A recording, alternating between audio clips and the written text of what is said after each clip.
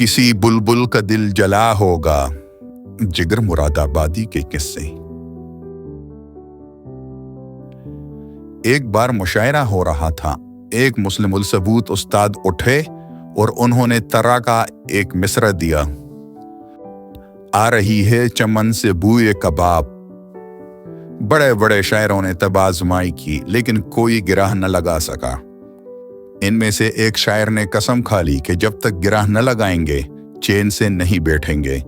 چنانچہ وہ ہر صبح دریا کے کنارے نکل جاتے، اونچی آواز سے الاپتے: چمن سے آ رہی ہے بوئے کباب۔ ایک روز ادھر سے ایک تمسن لڑکا گزرا۔ جو ہی شاعر نے یہ مصرع پڑھا، وہ لڑکا بول اٹھا: کسی بلبل کا دل جلا ہوگا۔ شاعر نے بھاگ کر اس لڑکے کو سینے سے لگایا۔